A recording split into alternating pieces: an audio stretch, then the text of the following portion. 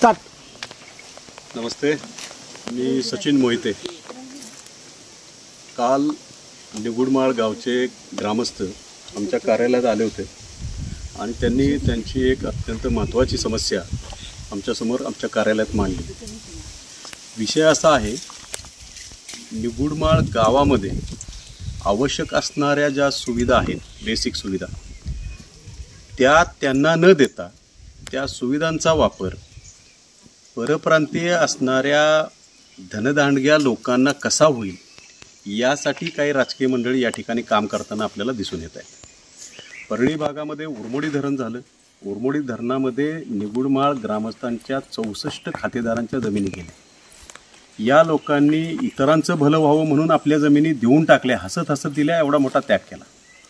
त्याच्यानंतर जे काय उर्वरित शेती आहे त्या शेतीला पाणी मिळेल म्हणून कासारसळमध्ये जी उपसा सिंचन योजना झाली, त्या उपसा सिंचन योजनेचे पाईप या शिवारातून नेताना त्या पाईपांना अडचण होऊ नये अंथरण्यासाठी म्हणून ग्रामस्थांनी आपापल्या शेतातून त्या पाईपा नेण्याला तात्पुरती परवानगी त्या काळात दिली होती.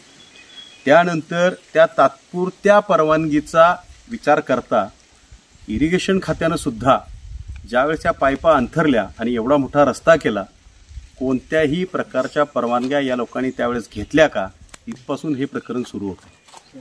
प्रचंड मोठ्या स्वरूपात हा रस्ता तयार करताना वृक्षतोड तर झालीच, रस्ता तयार झाला, तात्पुरत्या स्वरूपातला रस्ता होता हा. परंतु दिघावळे नावाचं जे इथं गाव आहे, ज्या गावाचं पुनर्वसन झालेलं आहे, त्या गावात आता एकही व्यक्ती राहत नाही, सिंगल व्यक्ती राहत नाही. मग अशा गावाकडे निगुडमाळपासून 40 लाख रुपये खर्च करून नव्याने परत रस्ता बांधण्याचा घाट नक्की कोण घालते, कोणाच्या फायद्यासाठी घालते, या सगळ्या गोष्टीचा विचार करण्याची आज वेळ आलेली आहे. जे दिघावळे गाव आहे तिथं ज्या जमिनी शिल्लक होत्या त्या जमिनी संबंधित धनदांडग्यांनी विकत घेतलेल्या आहेत पैशाच्या जोरावरती आणि अनाधिकृतपणे मोठ्या स्वरूपात त्या ठिकाणी उत्खनन झालेलं आहे, मोठ्या स्वरूपात उत्खनन झालेलं आहे. तुमच्या स्वतःच्या ऐशोआरामासाठी तुम्ही निसर्ग उरबडून खाता आहात. वनविभाग याच्यावरती लक्ष देत नाही.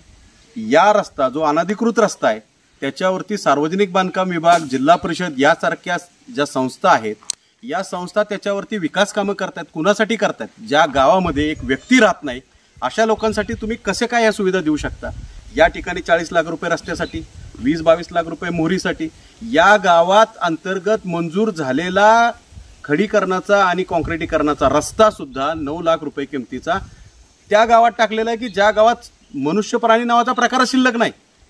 म्हणजे नक्की विकासक जे आहेत, बिल्डर्स आहेत, डेव्हलपर्स आहेत, धनदांडगे आहेत, या लोकांचं कल्याण करायसाठी या गावातल्या लोकांच्या जमिनी म्हणजे मूळता जमिनी यांनी पुनर्वसनाला दिल्याच, प्लस शिल्लक राहिलेल्या जमिनी सुद्धा अशा पद्धतीनं लाटण्याचा डाव या धनदांडग्यांचा आहे आणि त्याला इथली स्थानिक यंत्रणा सगळी सहकार्य करत आहे. सार्वजनिक बांधकाम विभाग असेल, जिल्हा परिषद असेल, पोलीस प्रशासन असेल, इरिगेशन डिपार्टमेंट असेल. अरे तुम्ही चालवलंय काय? तुम्ही लोकांच्या सुविधेसाठी आहे की लोकांना डुबवण्यासाठी आहे, असा प्रश्न या ठिकाणी आता निर्माण झालेला आहे. आणि याला कोण जर काय सहकार्य करत असेल तर हे लोक त्यांना कधीही माफ करणार नाही. या लोकांनी परवा ऑफिसवरती काल आल्यानंतर एकाच भाषेत सांगितलं, साहेब हा जर रस्ता झाला, आमच्या जमिनी जर या लोकांनी हडप केल्या तर आम्ही सर्वजण सार्वजनिकरित्या एकत्र येऊन जिल्हाधिकारी कार्यालयासमोर आत्मदहन करू. अजितदादा पवार सन्माननीय आमचे नेते आहेत, ते महाराष्ट्र राज्याचे उपमुख्यमंत्री आहेत, त्यांच्यापर्यंत हे लोक स्वतःचं प्रकरण घेऊन गेले. आता याच्या पलीकडे कुठं जायचं? अजितदादांनी स्वतः जिल्हाधिकाऱ्यांना फोन करून आणि पत्र देऊन सांगितलं की सविस्तर प्रकरणाची सविस्तर चौकशी करून त्याचा अहवाल सादर करा. आज तागायत त्याचा अहवाल सादर केलाय नाही केलाय, त्या अहवालात काय दिलंय नाही दिलं काही कळत नाही खाली.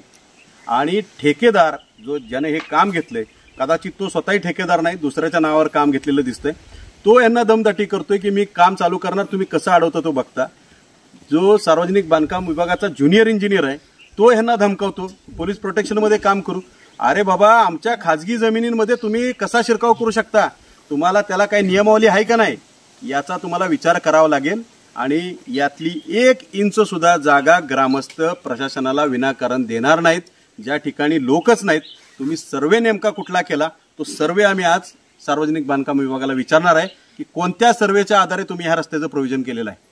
आणि त्याचं जर उत्तर दिलं नाही तर मोठ्या स्वरूपात तीव्र आंदोलन आम्ही या सर्व विभागांच्या विरोधात केल्याशिवाय राहणार नाही. जय हिंद, जय महाराष्ट्र. ग्रामस्थ मंडळ निगुडमाळ येथे अनधिकृत बांधकाम चाललेला आम्ही रस्त्याचा पाठपुरावा करून महाराष्ट्र शासनाकडे सगळे कागदपत्रे कंप्लीट करून सुद्धा आम्हाला कोणी न्याय दिला नाही। त्यासाठी आम्ही सगळे पेपर महाराष्ट्राचे उपमुख्यमंत्री माननीय अजितदादा पवार यांच्याकडे सादर केले। त्याच्यानंतरही आम्हाला कोणी जबाब देत नाही की दाद देत नाही कुठले ऑफिसर। तर त्यामुळं आम्ही न्याय कोणाकडे मागायचा, लास्टला आम्ही काय करायचं। नमस्कार, मी निगुणमाळची माजी सरपंच आहे आणि ह्या रस्त्याची नोंद माझ्या काळातली झालेली नाही। ही दिशाभूल संपूर्ण केलेली आहे।